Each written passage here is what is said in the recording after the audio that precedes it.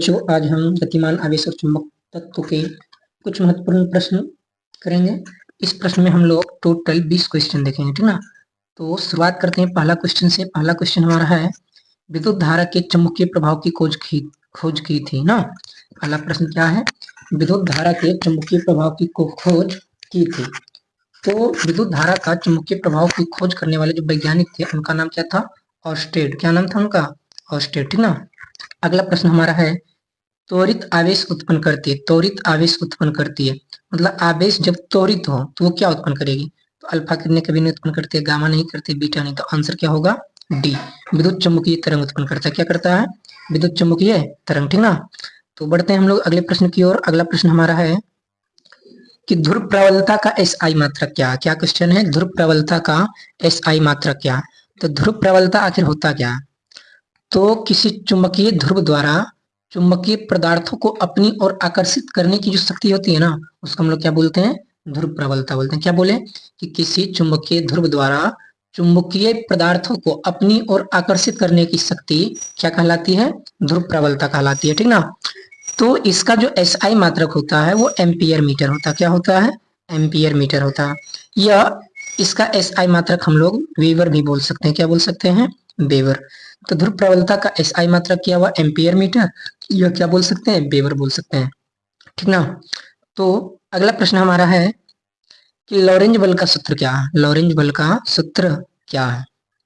तो लॉरेंज बल का जो सूत्र होता है, इसमें तो ऑप्शन नहीं लिखा है, तो ऑप्शन पहले लिख देते हैं। पहला ऑप्शन दिया गया है F बराबर Q V vector dot B vector, ठीक ना।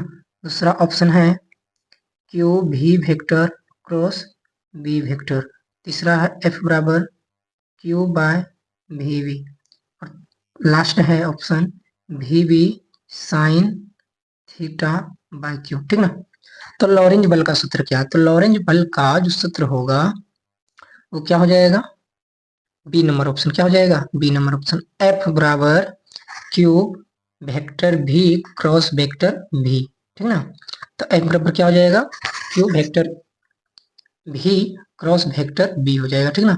तो बढ़ते हैं हम लोग अगले प्रश्न की ओर। अगला प्रश्न हमारा है कि लॉरेंज बल की दिशा ज्ञात करने का नियम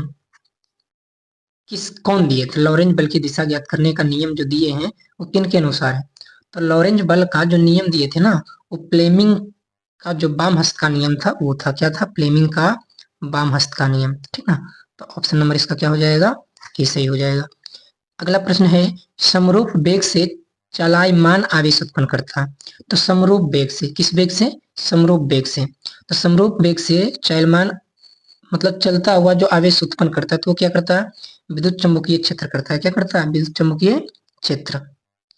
विद्युत चुम्बकीय क्षेत्र क्या करता है, विद्युत चुम्बकीय क्षेत्र करता है, ठीक ना। तो समरूप वेग से चलमान आवेश उत्पन्न करता है तो विद्युत चुम्बकीय क्षेत्र करता है, ठीक ना। अगला प्रश्न की ओर हम लोग बढ़ते हैं। अगला प्रश्न हमारा है कि जब किसी एमीटर को शंट किया जाता है, जब किसी एमीटर को शंट किया जाता है तो इसकी माप सीमा क्या होती है। तो जब किसी एमीटर को शंट किया जाता है ना, तो इसकी माप सीमा जो होती है वो बढ़ जाती है। क्या होती है, बढ़ जाती है, ठीक ना। तो जब किसी एमीटर को शंट किया जाता है तो इसकी माप सीमा क्या होती है, बढ़ जाती है। अगला प्रश्न हमारा है कि ग्लेवनोमीटर को वोल्ट मीटर में जरूरत है। ग्लेवनोमीटर को वोल्ट मीटर में जरूरत है। ऑप्शन दिया गया है उच्च प्रतिरोध का, निम्न प्रतिरोध का, संधारित्र का, प्रेरण कुंडली का, प्रेरण कुंडली का। तो समझने का प्रयास करते हैं कि ग्लेवनोमीटर को वोल्ट मीटर में बनाने की जरूरत है। तो यदि हम लोग बात करें तो जी से हमें बनाना है भी, या जी से मान लो हमें बनाना हो ए मीन्स एमीटर, जी से ग्लेवनोमीटर, भी से वोल्ट मीटर। तो ग्लेवनोमीटर को वोल्ट मीटर में बदलने के लिए हमें उच्च प्रतिरोध की जरूरत पड़ती है। क्या पड़ती है, उच्च प्रतिरोध की, प्रतिरोध की। और यदि ग्लेवनोमीटर से एमीटर में बदलना हो तो इसके लिए हमें कम प्रतिरोध की जरूरत पड़ती है। क्या पड़ती है, कम प्रतिरोध की जरूरत। और ग्लेवनोमीटर से एमीटर में बदलने के लिए ग्लेवनोमीटर को हमें समांतर क्रम में जोड़ना चाहिए। किस क्रम में जोड़ना चाहिए, समांतर क्रम में, ठीक ना। और यदि ग्लेवनोमीटर से वोल्ट मीटर में बदलना हो, उच्च प्रतिरोध प्राप्त करना हो, तो इसे हम लोग श्रेणी क्रम में जोड़ते हैं। क्या करते हैं, श्रेणी क्रम में जोड़ते हैं, ठीक ना। तो याद रखना, ग्लेवनोमीटर को वोल्ट मीटर बनाने में जरूरत है तो उच्च प्रतिरोध का। ऑप्शन नंबर क्या हो जाएगा, इसका ए सही हो जाएगा। वही यदि ग्लेवनोमीटर से हमें ए मीटर में बदलना होता है तो उसके लिए हमें कम प्रतिरोध की जरूरत पड़ती है। और इससे हम लोग ग्लेवनोमीटर को क्या करते हैं, समांतर क्रम में जोड़ते हैं, ठीक ना। तो बढ़ते हैं हम लोग अगला प्रश्न की ओर। अगला प्रश्न हमारा है कि दो गतिशील आवेशों के बीच लगता, क्या प्रश्न है, दो गतिशील आवेशों के बीच लगता। तो दो गतिशील, जब आवेश स्थिर होता था उसके बीच लगने वाला बल कूलम्ब बल होता था, लेकिन यहाँ पर जो आवेश हमारा है वो क्या है, गतिशील है। तो दो गतिशील आवेशों के बीच लगने वाला जो बल होता है वो हमारा क्या हो जाएगा, चुंबकीय बल। क्या हो जाएगा, बी नंबर ऑप्शन इसका सही हो जाएगा। चुंबकीय क्षेत्र का एसआई मात्रक, तो ये तो हम लोग बहुत पहले पढ़ चुके हैं। चुंबकीय क्षेत्र का एसआई मात्रक क्या होता है, टेस्ला। क्या होता है, टेस्ला होता है, ठीक ना। बढ़ते हैं हम लोग अगले प्रश्न की ओर। अगला प्रश्न हमारा है कि चुंबकीय क्षेत्र की बीमा है, चुंबकीय क्षेत्र की बीमा है। चुंबकीय क्षेत्र बराबर फॉर्मूला का इस्तेमाल करेंगे, बी बराबर क्या होता है, एफ बटे क्यू भी। क्या होता है, बी बराबर एफ बटे क्यू भी। तो बल का बीमीय सूत्र एम एल टी इनवर्स 2 हो गया, बटे क्यू का ए टी हो जाएगा।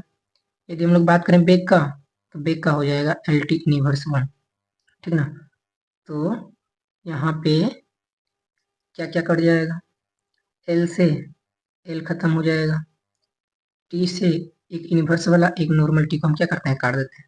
तो ये बच गया हमारा एम, ऊपर में एल नोट, एल नहीं बचा इसलिए एल नोट दे दिए। उसके बाद टी हमारा बचा, तो टी का पावर कितना बच गया, 2, और कितना हो गया 2, और ए का इनवर्स ऊपर जाएगा तो क्या हो जाएगा, ए इनवर्स। तो M L note T two, T inverse 2, T inverse 2 और ए इनवर्स होगा। तो ऑप्शन नंबर इसका कौन सा सही है, तो M L not inverse 2 I inverse. तो ऑप्शन नंबर इसका क्या हो जाएगा, ये सही हो जाएगा, ठीक ना।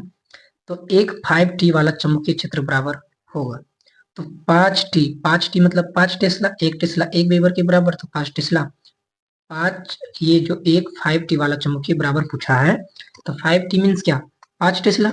तो टेस्ला जो होता है, एक टेस्ला जो होता है वो वेबर प्रति मीटर स्क्वायर के बराबर होता है। तो 5 टेस्ला दिया गया, तो 5 वेबर प्रति मीटर स्क्वायर हो जाएगा। ऑप्शन नंबर इसका 1 सही हो जाएगा, ठीक ना।